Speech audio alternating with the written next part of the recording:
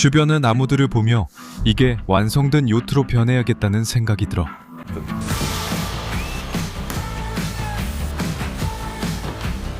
내가 빼먹은 중요한 건 우리가 이 배를 만들 시간이 정말 부족하다는 거야. 우리는 11월에 건조를 시작하고 12월 중순에는 이미 물에 띄워서 항해를 시작하는 게 목표야. 그래서 시간이 지날수록 편집자가 여기 옆에 실제로 요트가 항해하기까지 남은 일수를 표시해 줄 거야. 여기에는 우리가 보트에 필요한 자재를 거의 100% 가지고 있어. 이건 합판 4장인데 이 나무는 여러 겹의 얇은 판이 겹겹이 쌓여 있는 거야. 그런데 이 판들이 정말 얇아. 6mm짜리 합판 이 3장, 그리고 10mm짜리 합판 이 1장이야. 얇은 합판을 쓰는 건 배를 가볍게 하기 위해서야. 배를 튼튼하게 만드는 2가지 비밀도 있어. 모든 것을 붙이거나 결합할 땐 에폭시 수지를 써.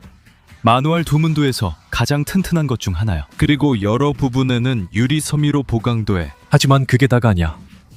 배에는 내구성을 높여주는 여러 부분도 있어. 이 모든 부분은 네가 바닥에서 보는 갈색 나무, 세드리뉴로 만들어졌어. 이 나무는 합판보다 훨씬 튼튼해. 하지만 우리는 아주 조심해서 사용해야 해.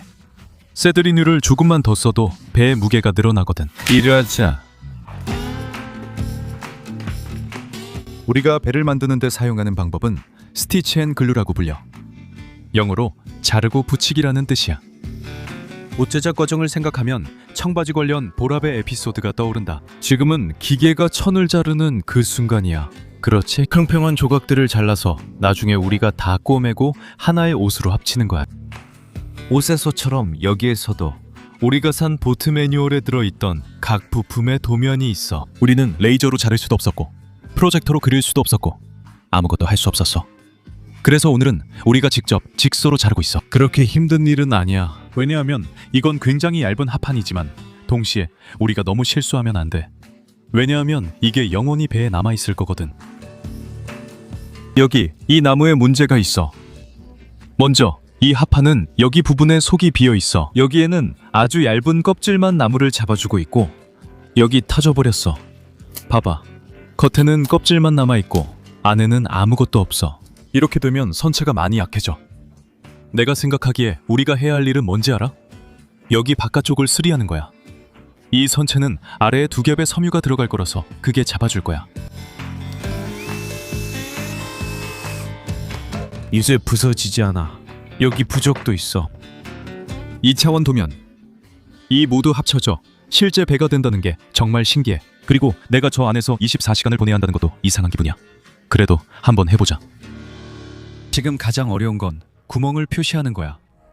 한 조각과 다른 조각에 각각 구멍을 뚫고 꿰매야 해. 예를 들어 우리가 5mm라도 실수하면 한 조각과 다른 조각 사이에 5mm만큼 어긋나게 돼. 별로 중요하지 않아 보여도 네 자동차 문이 5mm 어긋나 있다고 상상해봐.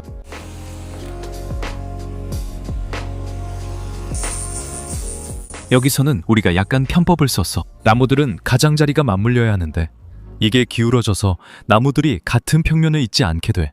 맞지? 한 나무가 여기서 다른 나무와 약 45도 각도로 맞물려. 가장자리를 보면 좀 이상하지? 이게 이거랑 맞물린다고 생각해봐. 모서리와 모서리가 딱 맞게 될 거야. 맞물림이 완벽하지 않으니까 2 나무의 가장자리를 다듬어야 해. 그래야 더 잘 맞물리겠지? 연과 면이 딱 맞게. 보통 내가 배 만들기 수업을 들었던 마디라 마을 사람들은 이 작업을 이 도구, 즉 수동 대패를 사용해서 해. 그래서 아래쪽에 작은 칼날 같은 게 있어. 이걸 나무 위에 밀면서 나무를 깎아내는 거야. 아주 섬세하게 나무 조각들이 벗겨져 나와. 하지만 우리는 그라인더로 완벽한 굴을 만드는데 수년간의 경험이 있어. 예를 들어 이건 원래 진육면체였는데 우리가 그라인더를 사용해서 구로 만든 거야. 그래서 나는 우리가 수동 대패를 버리고 그라인더로 모서리를 조금 다듬는데 시적인 허용이 있다고 생각해. 이 순간이야말로 배를 만드는 과정에서 가장 기다려온 순간이야. 바로 2D가 3D로 변하는 순간이지. 이제부터 정말 재미있어져. 이게 이 과정의 마법이야. 이 부품들은 전부 평평한데 우리가 조립하기 시작하면 점점 휘어지고 곡선을 이루면서 3D 형태의 모양이 만들어져. 이때가 바로 배가 실제로 탄생하기 시작하는 순간이야. 기본적으로 우리는 2 구멍에 헬러만 케이블 타일을 끼우고 살짝 조여주면서도 약간 느슨하게 해서 조절할 수 있게 해. 그러면 배가 우리 손에서 점점 커져가는 거지. 여기서 우리는 모든 락을 잠갔을 때 문제가 생겼어. 배의 가장 넓은 부분의 폭이 1m 20cm가 되어야 했는데 우리가 보니까 1m 8cm밖에 안 돼서 원래보다 훨씬 작아지고 있었어. 사실 우리가 나무를 넣고 배폭을 1m 20cm로 억지로 벌리려 했을 때 양쪽 끝, 즉 선미와 선수 부분이 들리면서 배가 완전히 뒤틀려 버렸어. 원래는 띠를 먼저 고정했어야 했는데 나중에 결국엔 먼저 고정했지. 이제 모든 띠를 다 빼고 다시 해야 해. 행운을 빌어. 나는 회의에 가야 해서 이제 가볼게. 이 작은 배는 여기 있는 두 사람이 맡을 거야. 알겠지? 루카스랑 다니, 이해 잘 부탁해. 내가 돌아오면 잘 있길 바랄게.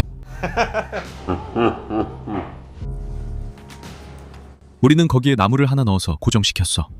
좀 억지로라도 맞추려고. 모든 봉인을 풀었다가 다시 끼웠지. 여기서 이상적인 형태를 만들긴 했는데 문제가 하나 있어. 우리가 에폭시를 바를 건데 나무들 사이에 틈이 많이 생겼어. 여기 선미 구멍 좀 봐. 에폭시 바를 때 새지 않게 반대편에 테이프도 붙였어. 그래도 해보자, 맞지? 이제 접착제를 바를 시간이야. 지금까지 배 구조가 흐물흐물했는데 이제 각 부품을 영원히 붙일 차례야. 우리는 에폭시 수지를 사용할 거야. 이 수지에는 여러 가지 다른 공식이 있지만 우리가 여기서 쓰는 건 이건 굉장히 점성이 높고 아주 진한데 여기에 톱밥까지 섞어. 그러면 약간 갈색의 반죽이 만들어져. 우리가 그걸 이음새에 발라서 두 나무 사이에 있는 틈을 메울 거야. 하지만 그게 전부는 아니야. 여기서의 아이디어는 두 나무 사이의 모서리를 둥글게 만드는 거야. 왜냐하면 이렇게 각이 생기면 나중에 섬유를 바르기 힘들거든.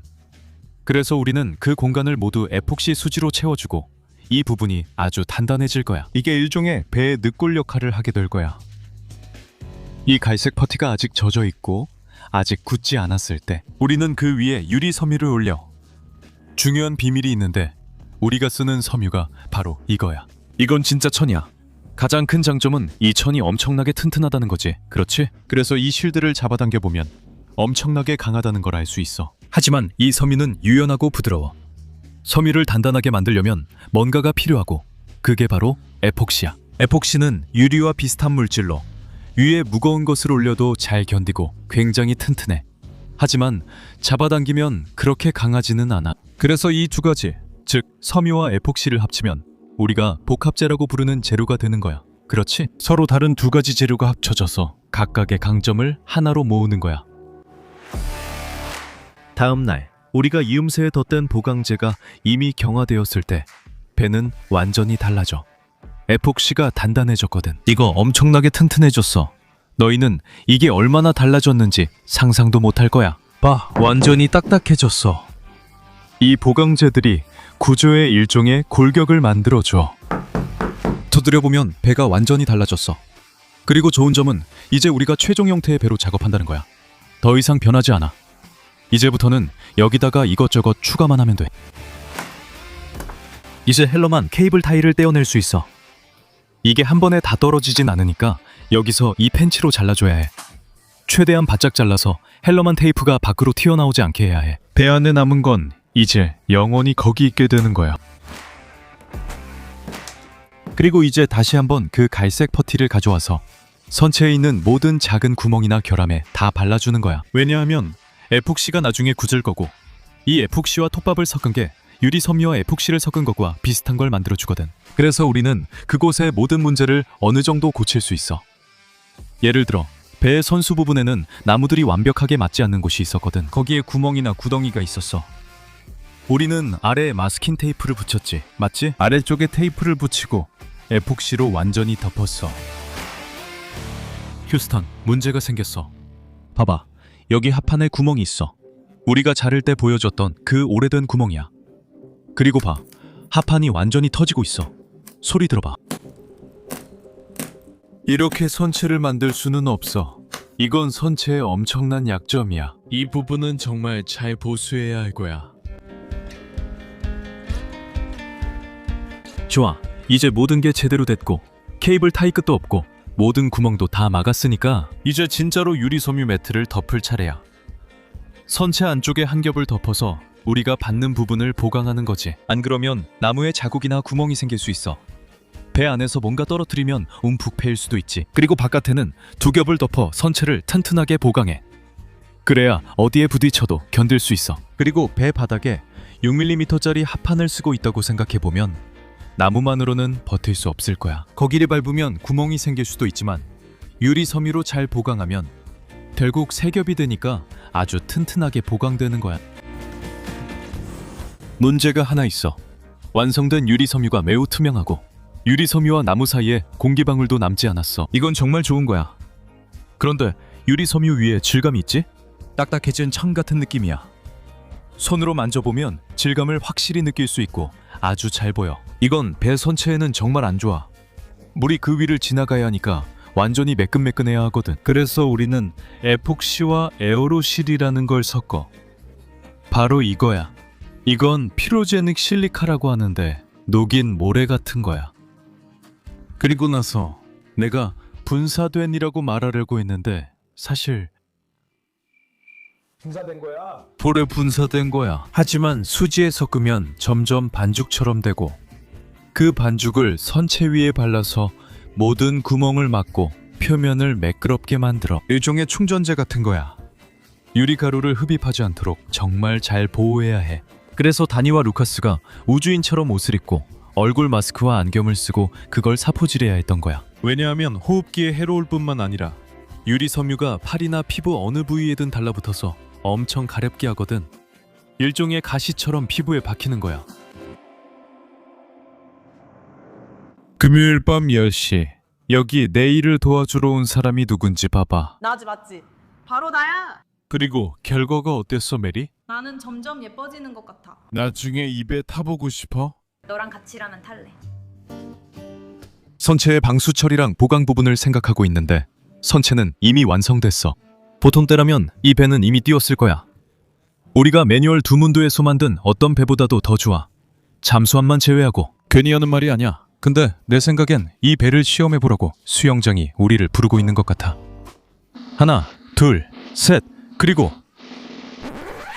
우린 정말 이 순간에 배를 띄우고 싶었지만 내가 곰곰이 생각해봤어. 그리고 만약 집에 비유하자면 마치 우리가 집에 벽만 지은 것과 같아. 이제 집의 외형이 보이고 집 안에 들어가서 어떻게 될지 상상할 수 있지만 아직 완전히 보호받지 못한 상태야. 아직 폭풍을 견딜 수 있는 집이 아니기 때문에 문틀, 문, 창문 등을 설치해야 해. 지금 설치할 것은 베르두그라는 보강재로 배 가장자리에 달려서 큰 차이를 만들 거야. 우리는 세드리뉴라는 나무로 만든다. 이 나무는 합판보다 튼튼하고 더 예쁘다다. 나는 투피아라는 기계로 모서리를 다듬어야 해. 이 기계는 끝에 커터가 달려 있어서 나무를 깎으면서 모서리를 둥글게 만들어줘. 배에서는 모든 모서리를 둥글게 만드는 게 정말 중요해. 너무 뾰족한 부분이 있으면 부딪힐 때 쉽게 깨지고 깨지면 물이 들어오게 돼.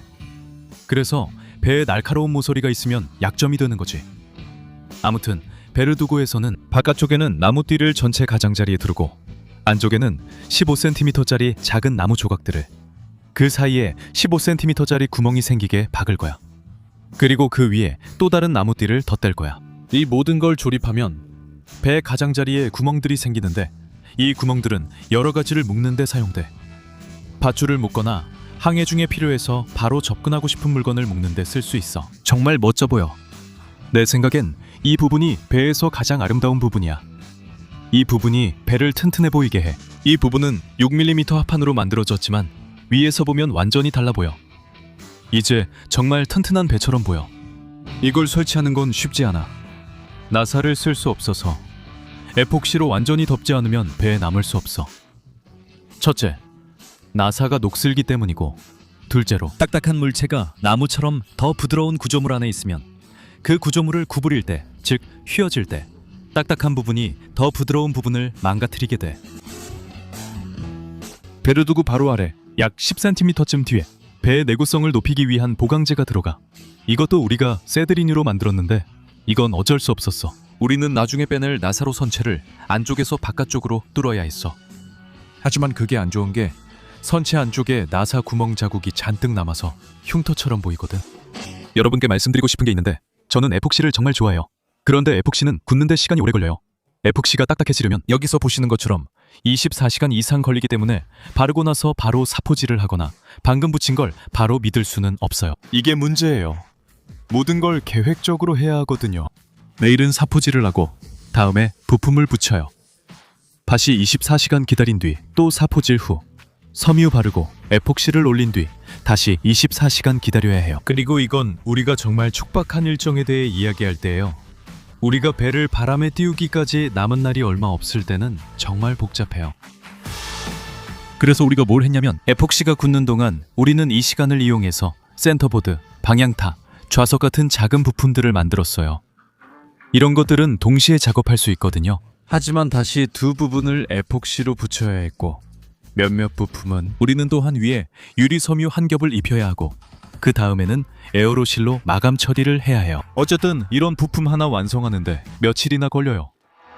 보트의 좌석과 마스트 받침대는 저희가 원목으로 만들기로 했어요. 아주 튼튼해야 하고 최종 마감도 예쁘게 나오거든요. 보트에서 또 하나 아주 섬세한 부분은 마스트를 정렬하는 거예요. 위쪽은 여기 우리가 마스트 받침대라고 부르는 곳에 고정되지만 아래쪽은 선체에 끼워 넣는 홈이 있어요. 이 두 부분, 즉 받침대와 홈이 정확히 일직선이 되어야 합니다. 마스트는 완전히 수직이어야 하며 아래 부품도 정확한 위치에 붙어야 합니다. 우리는 완전히 굳지 않은 마스트를 사용할 건데 나중에 그에 대해 더 이야기하겠습니다. 하지만 우리는 거기에 레이저 수평기를 놓고 아래쪽에 마스트 받침대를 맞췄습니다. 여기 앉아 너무 많이 말했네요. 이 배를 완성하려면 동료들을 도와야 해요. 항해 전 노젓기 테스트가 필요하거든요. 자, 다시 한번 힘을 합쳐서 일해봅시다. 지금 우리가 하고 있는 일은 사실상 바니쉬를 바르기 전 선체의 마지막 단계예요. 에어로실 같은 초미세 분말을 섞은 에폭시를 한 겹 바르고 그 위에 액체 에폭시를 한 번 더 바르는 거죠. 여기서의 목표는 실제 유리처럼 마치 피아노 뚜껑처럼 만드는 거예요. 물론 우리가 그 정도까지는 못 가겠지만 빛에 비춰보면 거의 물처럼 보이는 걸 알 수 있어요. 이제 배의 내부를 바니쉬를 칠할 건데 이건 두 가지 역할이 있어요. 가장 중요한 이유는 에폭시 수지가 태양의 자외선을 견디지 못하기 때문이에요. 그래서 에폭시는 햇빛에 노출되면 분해되기 시작하고 바니쉬가 그걸 보호해줘요. 이건 3중 보호 기능이 있는 바니쉬예요. 하지만 제게는 더 중요한 두 번째 역할이 있어요. 저는 안쪽에 나무색을 그대로 두고 싶어요. 그런데 여기 이런 줄무늬들이 있는데 이게 너무 보기 안 좋아요. 그래서 생각한 건 이 나무가 너무 밝으니까 좀 더 어둡게 만들어서 이 대비를 줄이자는 거예요. 수영장에서 테스트하기 전 배 아래에 아직 세 가지가 더 필요해요. 첫 번째는 스케그입니다. 이건 일종의 키 보호대예요. 예를 들어 배가 뭔가에 부딪히면 키에 닿기 전에 이 나무에 먼저 부딪히게 되죠. 그리고 칠이라는 또 다른 얇은 나무가 있는데 이건 끝에서 끝까지 이어져 있어요. 이것도 같은 역할을 하지만 우리 배에서는 구조적으로도 보강 역할을 해요. 바닥이 더 튼튼해져요. 그리고 마지막으로 노를 꽂는 두 개의 노받침도 들어가요. 이건 우리가 마데이라 마르의 구스타보에게 주문한 금속 부품인데 배를 움직일 때 노를 고정하는 데 사용돼요. 오늘은 위험이 있어 배를 수영장에 띄우기 좋은 날입니다. 배가 뒤집혀 이 수영장에 빠지면 오염돼 죽을 거예요. 이렇게 초록색인 건 처음이에요. 거짓말이에요. 더 힘든 날도 있었어요. 이제 진짜로 하는 거죠. 공식적인 건가요? 하나, 둘, 셋, 그리고 줄.